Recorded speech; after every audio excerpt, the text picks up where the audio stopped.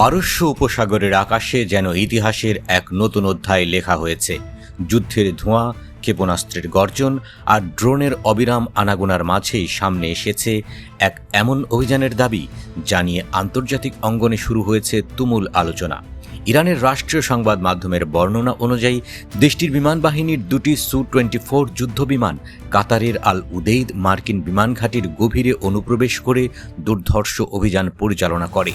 এই ঘটনাকে ঘিরে ইরানের পক্ষ থেকে বলা হচ্ছে, অভিযানের অন্যতম পাইলট ছিলেন ব্রিগেডিয়ার জেনারেল মাজিদ কাজেমি।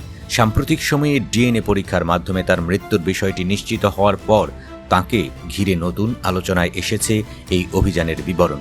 ইরানে তাকে জাতীয় বীর হিসেবে স্মরণ করা হচ্ছে এবং তার আত্মত্যাগকে রাষ্ট্রের প্রতিরক্ষা ইতিহাসের গুরুত্বপূর্ণ অধ্যায় হিসেবে তুলে ধরা হচ্ছে। প্রতিবেদনে দাবি করা হচ্ছে, অভিযানের শুরু হয়েছিল ইরানের সিরাজ শহরের শাহিদ দোরান বিমান ঘাঁটি থেকে। দুটি সু-24 যুদ্ধবিমান অত্যন্ত নিচু উচ্চতায় এবং জটিল রুট ব্যবহার করে আকাশ প্রতিরক্ষা ব্যবস্থাকে ফাঁকি দিয়ে লক্ষ্যবস্তুর দিকে এগিয়ে যায়। ইরানের দাবি, এই কৌশলের মাধ্যমে তারা মার্কিন নজরদারি ব্যবস্থার দুর্বলতা কাজে লাগাতে সক্ষম হয়।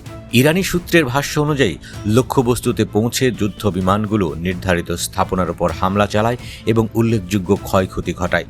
তবে এই দাবির পক্ষে স্বাধীন বা আন্তর্জাতিকভাবে যাচাইকৃত প্রমাণ এখনও প্রকাশিত হয়নি।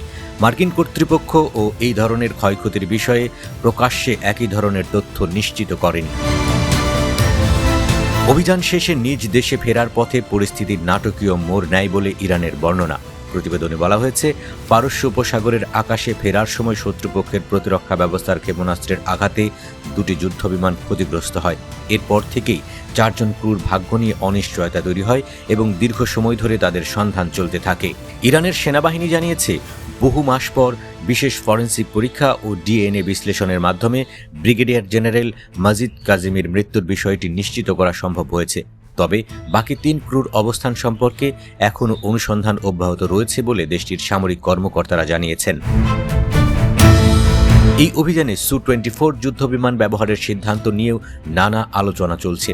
সামরিক বিশ্লেষকদের একাংশের মতে, স্থির অবকাঠামোর পাশাপাশি চলমান সামরিক সম্পদকে লক্ষ্যবস্তুতে পরিণত করতে অনেক সময় মানবচালিত যুদ্ধবিমান পরিস্থিতি অনুযায়ী দ্রুত সিদ্ধান্ত নিতে পারে। অন্যদিকে আধুনিক ক্ষেপণাস্ত্র ও ড্রোনের ব্যবহারও সমানভাবে গুরুত্বপূর্ণ হলেও তাদের কার্যকারিতা নির্ভর করে মিশনের ধরন ও বাস্তব পরিস্থিতির উপর। ইরানের সরকারি বর্ণনায় আরও দাবি করা হয়েছে, একই সময় কুয়েতের ক্যাম্প বুহরিং ঘাঁটিতেও আরেকটি পৃথক অভিযান চালানো হয়েছিল। সেখানে একটি ইরানি যুদ্ধবিমান অত্যন্ত নিচু উচ্চতায় উড়ে আকাশ প্রতিরক্ষা ব্যবস্থা এড়িয়ে লক্ষ্যবস্তুতে পৌঁছায় বলে উল্লেখ করা হয়েছে। তবে এই দাবিগুলোর ক্ষেত্রে স্বাধীন আন্তর্জাতিক যাচাই সীমিত। ইরানের প্রতিরক্ষা শিল্পকেও এই প্রতিবেদনে বিশেষ গুরুত্ব দেওয়া হয়েছে।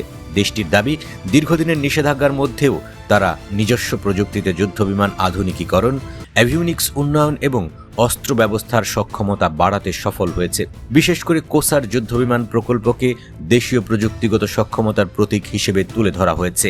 এদিকে আন্তর্জাতিক নিরাপত্তা বিশ্লেষকদের মতে, আধুনিক যুদ্ধক্ষেত্রে শুধু উন্নত প্রযুক্তি নয়, পাইলটদের প্রশিক্ষণ, গোয়েন্দা তথ্য, ইলেকট্রনিক যুদ্ধ এবং সমন্বিত কৌশলও সমান গুরুত্বপূর্ণ ভূমিকা পালন করে। কোনো সামরিক অভিযানের প্রকৃত ফলাফল নির্ধারণে স্বাধীন তথ্য যাচাই এবং বিভিন্ন পক্ষের বক্তব্য বিবেচনা করা জরুরি।